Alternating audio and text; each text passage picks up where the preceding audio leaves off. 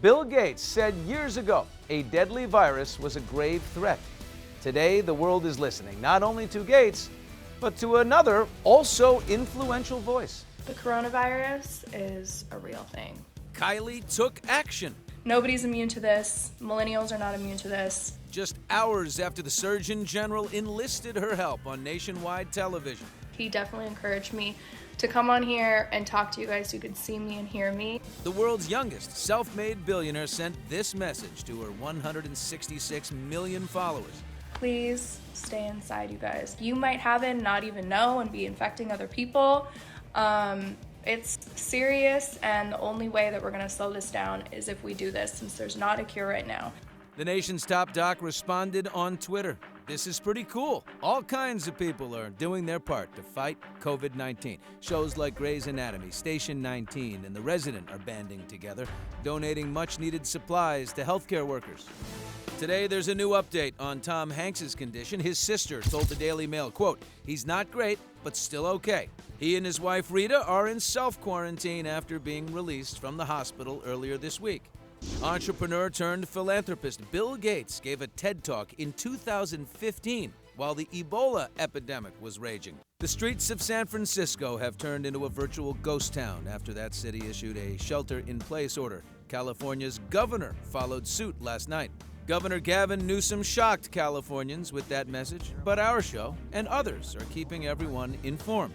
ABC News is now doing a daily special in daytime with Amy Roback on the coronavirus pandemic, and she's with us. As a breast cancer survivor, are you considered, right, pre-existing condition? Are you taking extra special precaution? I am taking special precaution. I'm missing 14 lymph nodes, so I know that anyone who's been through any kind of cancer treatment definitely is at an elevated risk. This daily special, how will it differentiate itself? We are here to bring viewers the latest information on the coronavirus. We are taking the politics out of this because I do think a lot of times when we're hearing from other news sources, at least when I'm consuming news, the last thing I want to see is divisiveness. We're not doing that here. I think that there's so many things here that we need to think about, and most importantly, we need to stay informative but positive.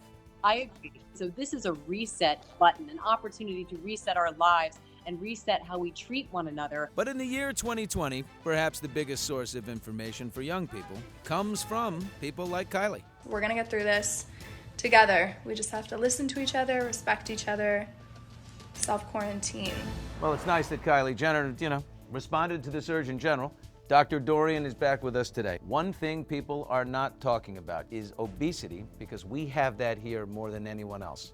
Why is that such a huge problem? Yeah, that's a real big fear of mine. All the other countries aren't dealing with obesity like we are in the United States, and obesity really causes significant lung issues. You can imagine if you're compromised from your lungs and you're on a ventilator, all that weight on you while you're on a ventilator makes it so much more difficult for your lungs to heal, and the potential for you to actually die from this increases.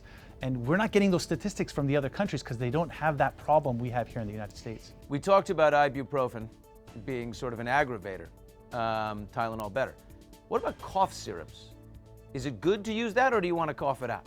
No, actually cough syrups are beneficial now because you don't want to spread the illness. Right, keep you from shooting out the particles. Look, again, this is all symptom management. So if there is a particular cough medication that's always worked for you, definitely use it. Any information, new information on how long the virus lives on surfaces and which particular ones are worse? Yes, so we do know that plastic and stainless steel, this can live on for days. Copper, interestingly enough, kills it within 4 hours. And cardboard, about a day. I'm not trying to, again, create anxiety, but just think about that process, think about the way you're opening it, and just be careful. Thank you for watching. If you want more extra, hit the subscribe button and the bell so you'll never miss a video.